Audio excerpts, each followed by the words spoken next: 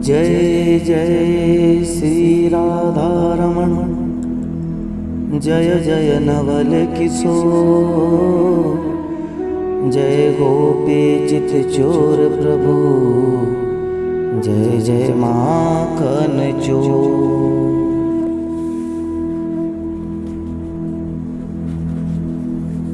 आज हम पूतना मोक्ष की कथा श्रवण करेंगे।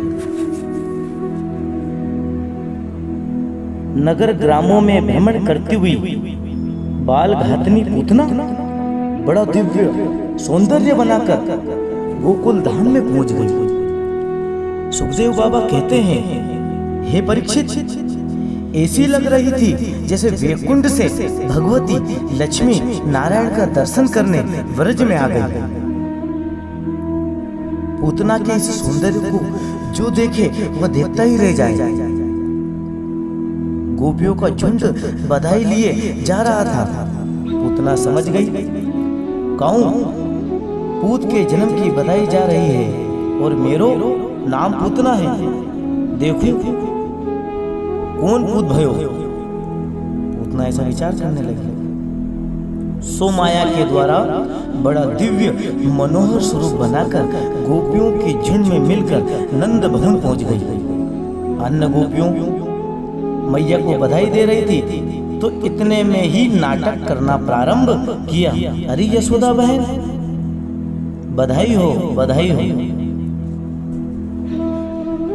अरे मैंने जैसे ही सुनी कि तोए बुढ़ापे में छोरा भयो है, मैं खुशी के मारे बावरी हो गई। घर के सब काम छोड़कर और दौड़ी तेरे लाला के मुख देखने चली आई।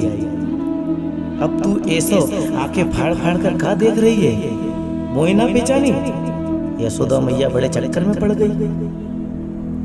हे भगवान, ये मेरी बहन कहाँ से आ गई? आज से पहले तो यहाँ की कबू सूरत नहीं देखी मैंने, पर जब इतने प्यार से बधाई लेकर आई है तो कोई होगी, मैं पहचान नहीं पा रही हूँ। खास बहन नहीं, चचेरी मसूरी बहन होगी।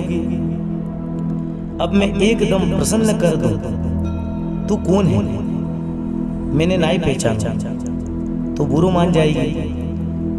तो सबको यश देने वाली यशोदा मन में संकित हो रही, ऊपर से स्वागत कर रही। आओ आओ बहन, तुम सबन के आशीर्वाद को चमत्कार तो है, नहीं तो मैंने तो आशा ही छोड़ दी थी। अब तू बहन जल्दी से जाकर मेरे लाला को आशीर्वाद देकर बाद में तो इसे बात करूंगी। पूतना ने पूछा, कहाँ है तेरो लाला? मैया ने इशारे कर दियो, वह पलने में अभी सुला कर आई हूँ, तू जगइयो मत। पूतना पालने की ओर चली। प्रभु के पालने से लेटे हुए जो तिरछी ने गांव से देखा वो मौसी आ रही है, तो पूतना को देखते ही भगवान ने तुरंत अपनी आंखें बंद कर ली। संत ऋषि कहते हैं कि हे प्रभु, पूतना ने अपनी आंखें क्यों बंद कर ली? भगवान तो चराचर जगत की आत्मा है, कौन किस भाव से आया है भगवान तो सब जानते हैं, परंतु पूतना को देखते ही नेत्र बंद क्यों कर लिए, इस पर संतों ने बड़े सुंदर सुंदर भाव दिए हुए। एक संत से कहते हैं भगवान ने इसलिए नेत्र बंद किया, उन्होंने सोचा होगा कि दुष्टों का विनाश करने आया हूँ, वो लगता है ये काम पूतना मौसी से ही प्रारंभ करना पड़ेगा। तो इतने बड़े कार्य शुभारंभ होने जा रहे हैं, तो पहले आंखें बंद कर मंगलाचरण कर ले, तब श्री गणेश करेंगे। इसलिए नेत्र बंद करके अथवा प्रभु ने सोचा हम आए हैं ब्रजमंडल में माखन खाने, मिश्री खाने, तो माखन मिश्री का स्वाद चख भी नहीं पाए और पूतना मौसी आ गई जहर पिलावे। तो जे काम मेरो नाय है, तो भी ये भोले बाबा को अभ्यास है, आंख बंद करके मेरे भोले बाबा को याद करने लगी, इसलिए नेत्र बंद करा। इसलिए वो नेत्र बंद करके भोले बाबा से प्रार्थना कर रहे हैं कि आपने तो हलाहल नाम का विष पिया था और मुझे तो विष पीने का अभ्यास भी नहीं है। हे भोलेनाथ भगवान, मेरे कंठ में आकर विराजमान हो जाइए, आप विष आप पी लीजिए, स्तनपान में कर लूंगा।